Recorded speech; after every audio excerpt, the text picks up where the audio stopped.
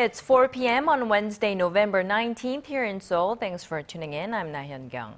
We begin with news coming out of the UN headquarters in New York. A resolution pushing for the North Korean regime to be referred to The Hague for its dire human rights situation has been adopted by a UN committee. Hwang Ji-hye has our first story.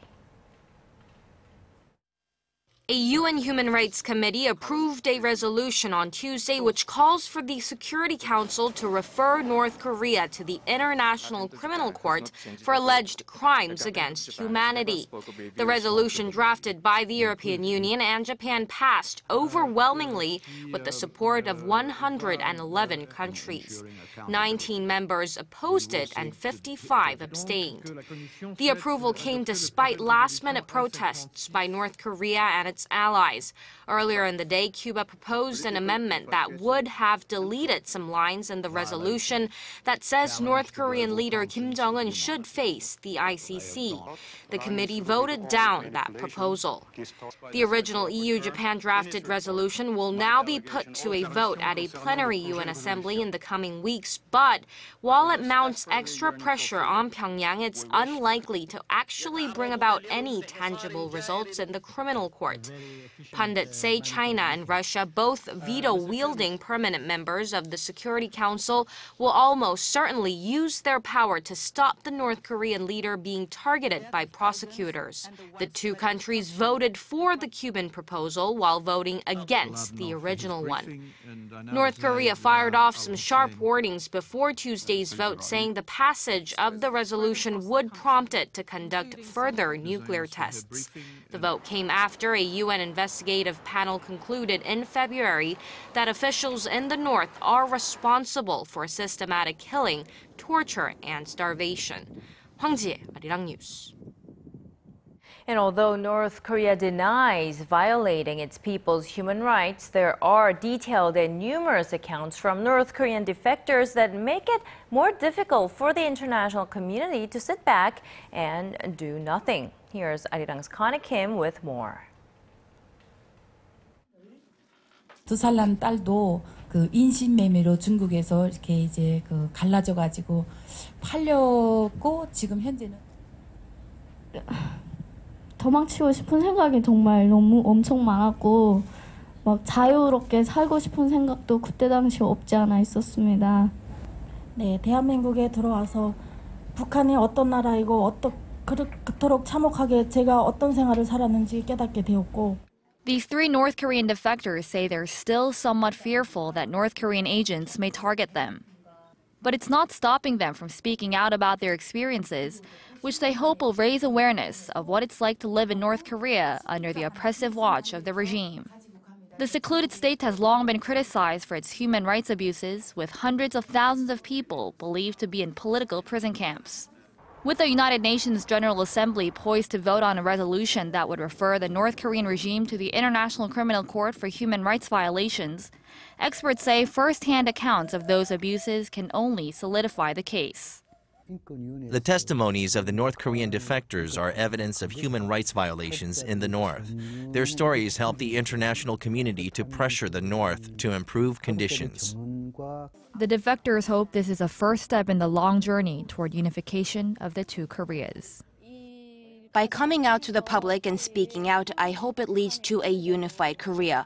I hope the day will come when we don't have to be separated, when we can have dinner together and drive to our relatives when we want to see them. Connie Kim, ARIRANG News. Now, North Korea's special envoy Choi Ryong-hae sat down with Russian President Vladimir Putin in Russia on Tuesday. Pundits wonder if this is a prelude to an upcoming summit between the North's young leader Kim Jong-un and Putin. Hwang Ji-hye has our next report. North Korean leader Kim Jong-un's special envoy Choi Ryong-hae held an hour-long meeting with Russian President Vladimir Putin in Moscow on Tuesday. The Kremlin said Choi delivered a message from the young Kim, but provided no further details. Pundits say the possibility of arranging a summit between the two leaders could also be a part of Choi's mission. Russian Deputy Foreign Minister Sergei Ryabkov had told Russian news agency TASS that the outlook for denuclearization of the Korean peninsula would be the first subject taken up. Che is being accompanied on his trip by North Korea's chief nuclear envoy Kim Kye-kwan. The North Korean delegation is scheduled to meet with Russian Foreign Minister Sergei Lavrov on Thursday before heading to the country's far eastern cities of Khabarovsk and Vladivostok to discuss trade and economic projects. North Korea is seeking further cooperation with Russia in the energy and agriculture sectors, while Moscow wants access to Pyongyang's natural resources worth an estimated $25 billion. This marks the third visit by a high-ranking North Korean official to Moscow this year. In October, Foreign Minister Lee Soo-young visited Russia for the first time in 4 years. Experts say these are part of Pyongyang's efforts to diversify its diplomatic partners as it finds itself on the outs with longtime ally China. Hwang Ji-hye, ARIRANG News. The South Korean military has carried out a large-scale landing exercise off Korea's southeastern coast. Now, this is part of an ongoing annual defense drill, and military officials say it aims to prevent enemy provocations, including threats coming from North Korea. Kim Hyun-bin brings us the details. At the break of dawn, orders are given and amphibious assault landing vehicles infiltrate enemy territory. Marines hop off the tanks, secure a perimeter, and soon after, neutralize enemy firepower. Air-cushioned vehicles and transport crafts storm in with supplies and heavy arms, while the Korean-made K-1 tank provides fire support. This joint amphibious landing exercise is part of the annual Hoguk exercise, which began in 1996. This year's drill is the largest ever. Our Navy and Marines get realistic training through this exercise for operations that play a decisive role during war. The orders are given now 20 miles away from the Asia's largest transport ship, the Tokdo LPX. It is used as a command center, coordinating operations and giving orders to the people manning attack helicopters and armored vehicles. Over 1,400 Marines, 20 vessels, and other amphibious vehicles were involved in this year's exercise. Chief of Naval Operations, Admiral Hwang Ji-hye, emphasized the importance of the drill during a visit to the command center. Our military's core value dictates we conduct a powerful drill. Through that, we will be able to prevent enemy provocations and come out victorious. This year's 6-day exercise is aimed at enhancing the Korean military's amphibious landing capabilities and runs through Thursday. Kim Hyun-bin, ARIRANG News. The Korean government, in the meantime, is launching a special task force this week to root out corruption in the country's defense industry. Officials say prosecutors, military investigators, civilian experts, as well as members of the Board of Audit and Inspection will take part in this joint investigation team. Now, corruption in the defense industry came under the spotlight last month when a former Navy officer was indicted on charges of fabricating a document to buy underperforming parts for the naval salvage ship Tongyang. As a result, the ship was incapable of taking part in rescue operations of the April ferry sinking, which killed some 300 people. Not only will the team look into suspected corruption related to the Tongyang, but also into irregularities between defense contractors as a whole. Now, 2 new government bodies established in light of the April Seoul ferry sinking officially launched on this Wednesday. Prime Minister Chung Hong-won says they will become the 2 main pillars bringing about reforms. Ji Myung-gil has the details. The Ministry of Public Safety and Security was born on Wednesday. With a staff of 10,000 people, it now acts as the government's control tower for safeguarding people and responding to national disasters and large-scale accidents.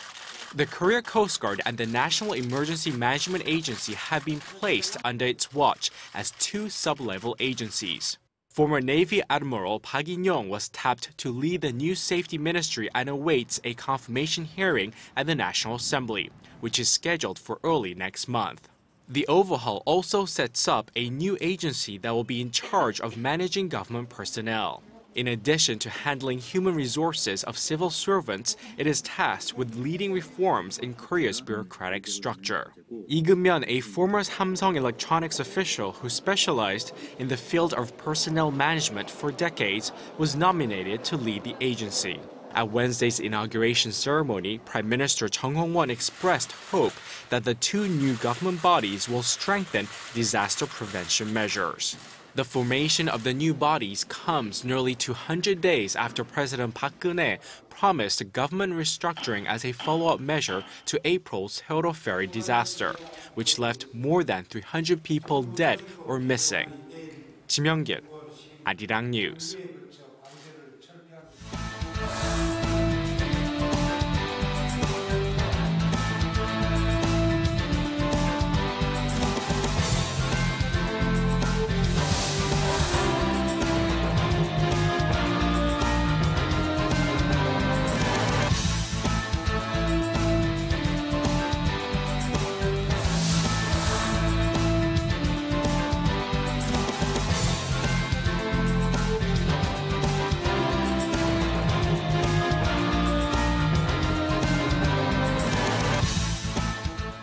Falling global oil prices have pushed Korea's producer prices to their lowest level since early 2011.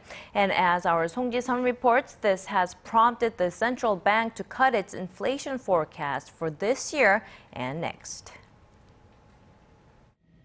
Korea's producer prices slumped to their lowest point in nearly 4 years in October, due largely to tumbling crude oil prices and strong agricultural harvests. The Bank of Korea says its producer price index fell for the third consecutive month in October to 104.56, down 0.6% from a year earlier and its lowest level since January 2011. Plunging energy prices had a knock-on effect on the prices of industrial products that fell an average of 2.4%. Dubai crude continues to fall like a stone, with the price plunging over 10% last month after dropping 5% in September. The weak global economic recovery is reducing demand for crude, but oil-producing nations in the Middle East are not cutting their output. But that's welcome news for drivers and air travelers, as gas and diesel prices in Korea fell an average of 15% from a year earlier. Agriculture and fisheries product prices also went down, thanks to strong harvests and good catches. Fruit and vegetable prices also tumbled 17% from the previous month. The falling prices have prompted Korea's central bank to slash its inflation outlook for this year by 0.5 percentage point to 1.4%. It has also cut next year's outlook from 2.7 to 2.4%. Song Ji-sun, ARIRANG News. Korea's central bank chief is concerned that a potential rise in the key interest rate next year could trigger some households to default on their mortgage loans. But Lee Ju-yeol, however, added that households defaulting on their debts is something that neither he nor the Bank of Korea has any control over. The current key interest rate stands at 2%. It's a historic low not seen since the height of the global financial crisis in 2009. Now, as for the weakening Japanese yen, the central bank governor said implementing monetary policies as a countermeasure to the weakening yen was not a desirable solution. And this year might not bring much Christmas cheer to bankers in Korea, as a number of the nation's major banks are preparing to lay off staff through early next year. According to financial sources, KB Kookmin is expected to review voluntary retirement plans in the coming days. Others, including Uri Bank, are planning to follow suit, while some banks will also cut back on the number of new hires. This comes as banks have seen their profits tumble recently, with their aging workforces dragging down productivity. Now, the push to go green is not limited to hybrid cars or electric buses anymore. There's also been a surge in the number of fuel-efficient planes crisscrossing the world's skies. Airbus has launched the latest, the A350, and it's here in Korea as part of a 5-nation demonstration tour of Asia. Connie Lee has more. Say hello to the A350 jetliner, the latest passenger plane from European manufacturer Airbus. It's not officially carrying passengers yet, but has arrived in Korea on the first stop of its 11-day Asia tour. The A350 is massive, but lightweight, different from most other passenger planes. It's an aircraft that brings together fantastic comfort for passengers, but also brings a lot of efficiency for airlines, saves a lot of fuel, it burns 25% less fuel, and it can carry 300 passengers for around 15,000 kilometers. The plane boasts impressive fuel efficiency. It uses less fuel because it's lightweight, thanks to its use of carbon fiber in place of steel. However, Airbus is not the only company with carbon fiber planes. Boeing has its own fuel-efficient jetliner, the B787 Dreamliner.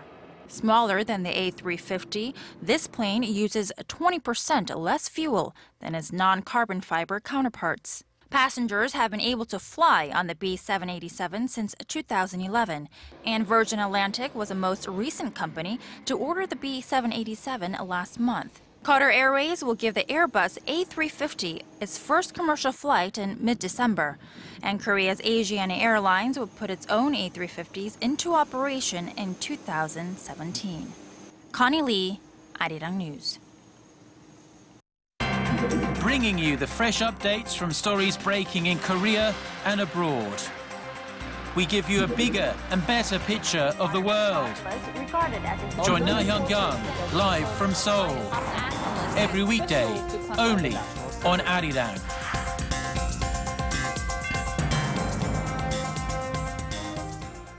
Israeli Prime Minister Benjamin Netanyahu has promised a harsh and swift response in what he said was a battle for Jerusalem, spurred on by Palestinian authorities, Hamas, and Islamic Jihad. The Prime Minister ordered that the perpetrators' homes be destroyed. Now, this is in response to the latest attack on a synagogue in an ultra-Orthodox neighborhood of East Jerusalem, where Palestinian cousins stormed the house of prayer with guns in hand. They killed at least 3 rabbis and wounded others before being shot dead in a firefight with police. A police officer also died of his wounds at a hospital later. Now, tensions have been mounting in Jerusalem over access to a holy site known to Jews as the Temple Mount and to Muslims as Al-Haram al-Sharif. We could be months away from a faster and cheaper Ebola test that can give out results in as little as 15 minutes. The World Health Organization says it is reviewing 2 types of new tests that will cut the turnaround time from the several hours it currently takes for a standard blood test analyzed in a lab. Meanwhile, India says it is exercising an abundance of caution in isolating a 26-year-old national who returned home after being cured of Ebola in Liberia. While he tested negative at Delhi airport, authorities say his semen still had traces of the virus. Men who survive Ebola are advised against having sex, as their semen could carry the virus for up to 90 days. Long under heavy fire for alleged corruption, FIFA has turned the tables and filed a criminal complaint against unnamed individuals over the bidding race for the 2018 and 2022 World Cups. The world governing body of football said in a statement that there seem to be isolated cases of international transfers of assets with connection to Switzerland that merit examination by authorities. The criminal complaint was filed to Switzerland's Attorney General on Tuesday.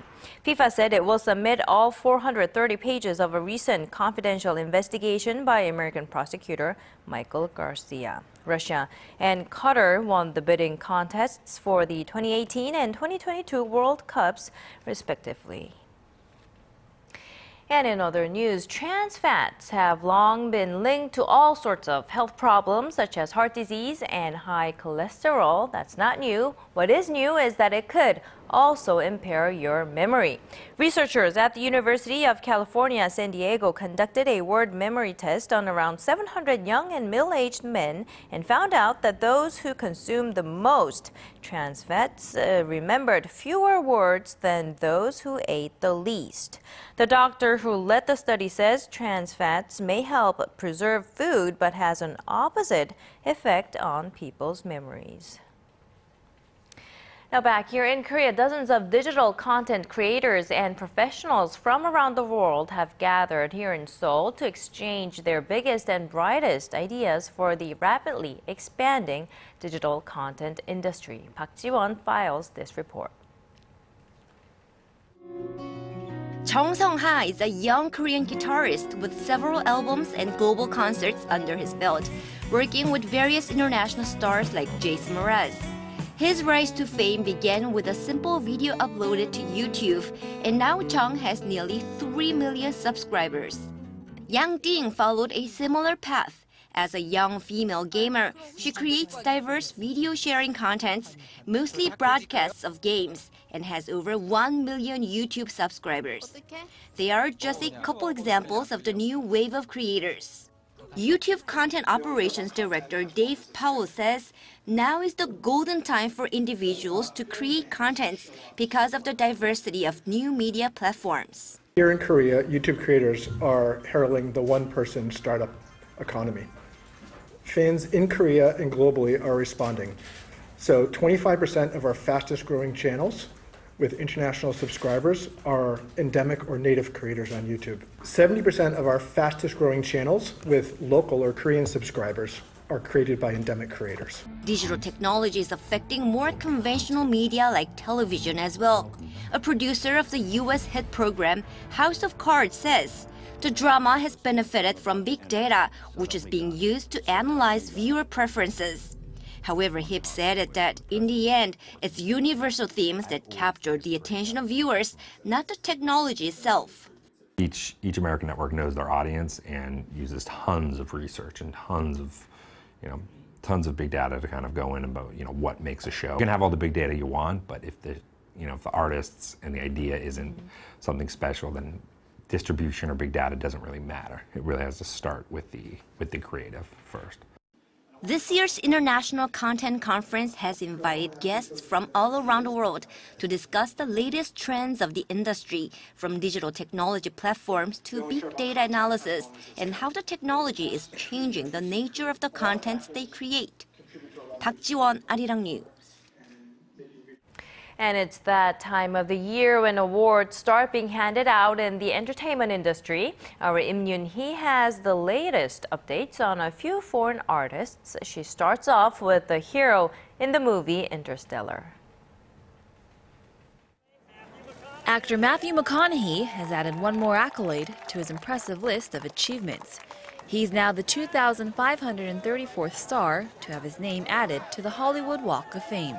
I have a career that on Monday, I look forward to Monday morning to going to work. That I'm proud to be able to say. This industry's given me a lot. It's given me a chance to live out some dreams I didn't even know I had. McConaughey's most recent movie, Interstellar, has been a hit at the box office. He stars as a former NASA pilot turned farmer, looking to find a way to save civilization. Earth is on the brink of extinction, but a wormhole offers a chance at discovering 3 potentially inhabitable planets that happen to be circling a black hole. The trip, however, is full of unforeseen dangers, and soon the crew, led by McConaughey's character, finds themselves caught between a gravitational time dilation. The team of astronauts must find a way to save not just themselves, but also the human race. Over in the music industry, Grammy Award-winning singer-songwriter Billy Joel has been honored as the next recipient of the Gershwin Prize for Popular Song. It's a prestigious award given by the U.S. Library of Congress for a lifetime contribution to popular music. And the life and career of yet another legendary musician, Bono, was recently illustrated into a bright and colorful comic book. From the U2 frontman's early life and his rock star career, all the way through his humanitarian efforts, all play out in the pages of Blue Water Productions' Fame comic series. Im Yoon-hee, ARIRANG News.